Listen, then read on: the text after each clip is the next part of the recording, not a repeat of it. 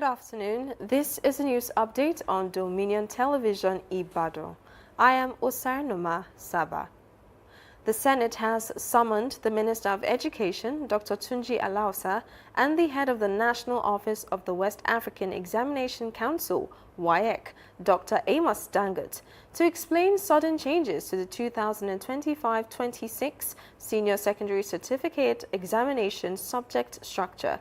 The action followed a motion by Senator Sunday Karimi of APC Kogi West, who warned that the revised subject structure could destabilize SS3 students preparing for the May-June 2026 examinations. The new rules reportedly alter core subject requirements and introduce additional subjects that many schools are not fully prepared to teach. The Senate subsequently referred the matter to its Committee on Basic and Secondary Education, directing it to report within 2 weeks. The Special Assistant on Media and Publicity to Senator representing Oyo Central, Kunle Olatunji, has stated that President Bola Tinubu's call for the approval of military troops to the Benin Republic is necessary, as it demonstrates his commitment to the ECOWAS system and treaty in helping other countries when needed.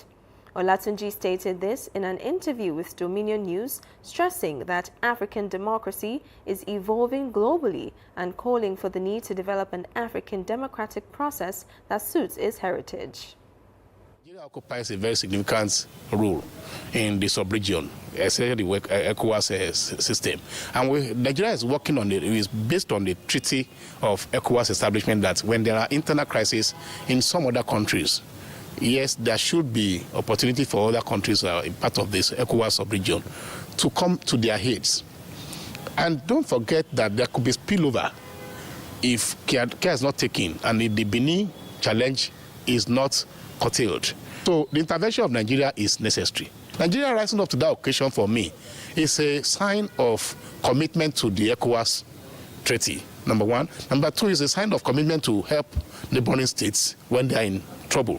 The best of military intervention cannot be compared to the worst of democratic process for several reasons. Democracy is an evolving trend globally. However, I've always mentioned that we need to develop our own African democratic process that suits our heritage, that suits our framework of how we manage. Recall that the Senate gave its approval for President Bola Tinubu's request to send Nigerian troops to the Republic of Benin as part of efforts to help restore calm and stability after last weekend's attempted military takeover.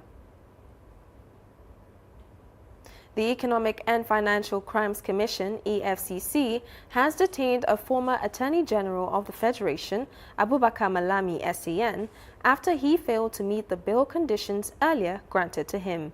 A senior EFCC official who confirmed the development said the former minister would remain in custody until he fulfills the requirements. Malami had earlier disclosed his interrogation by the Commission in a post on X, describing the engagement as productive and insisting that allegations against him were fabricated.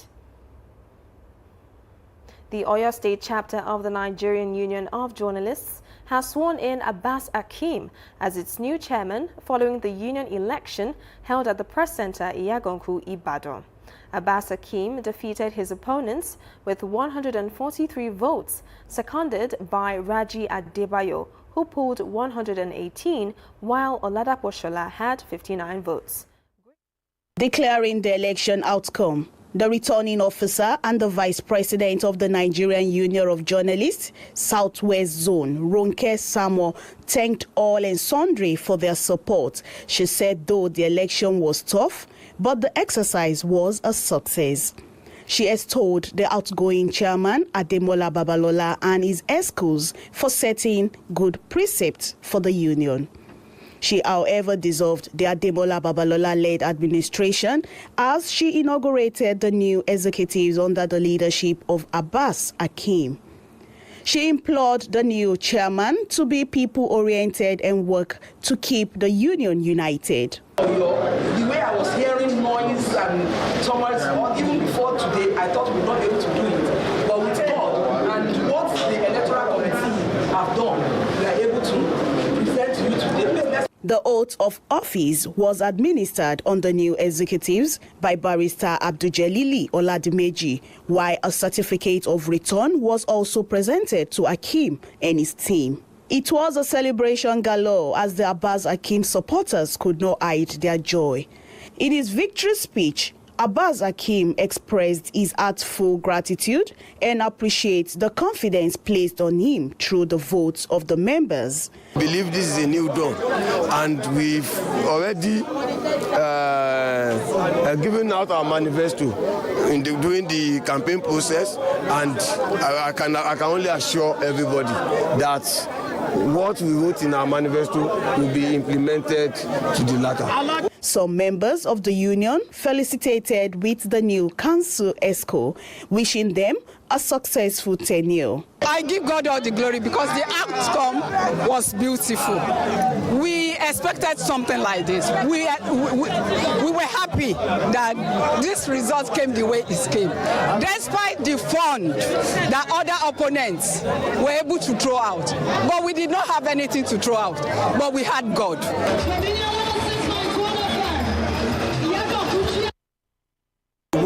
They know they cherish professionalism and they cherish the worth of a competent reporter. Describe the election as a reflection of the wish, the commitment, the passion, the togetherness of all the members.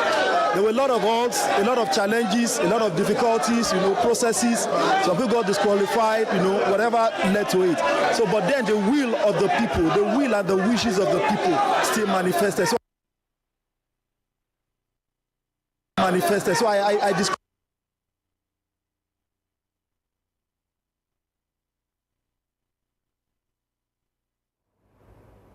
Dominion Broadcast Group's 24-day Christmas fiesta is ongoing, and parents, children, students and teachers are already trooping into the station for an unforgettable experience.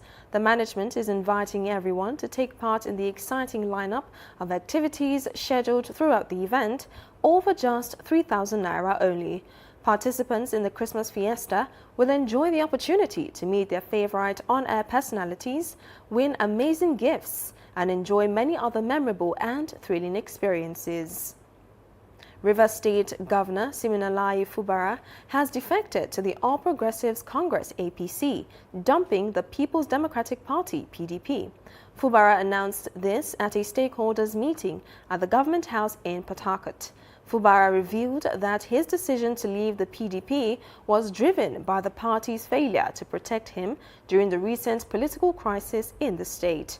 He also said that he had sought support from the federal government after facing challenges that threatened his position and political survival. On the foreign scene, at least 19 people have been killed and 16 injured by the collapse of 2 buildings in Morocco's northeastern city of Fez, the former capital. Local authorities in the Fez prefecture reported 2 adjacent 4-story buildings had collapsed overnight. The buildings were inhabited by 8 families and were in the Al Mustaqbal neighborhood.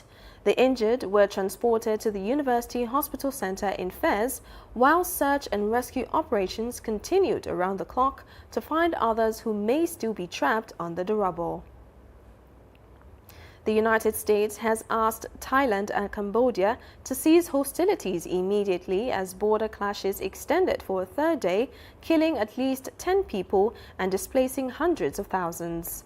U.S. President Donald Trump has also said that he would make a phone call to stop the fighting, which is the most serious escalation since clashes in July killed dozens of people.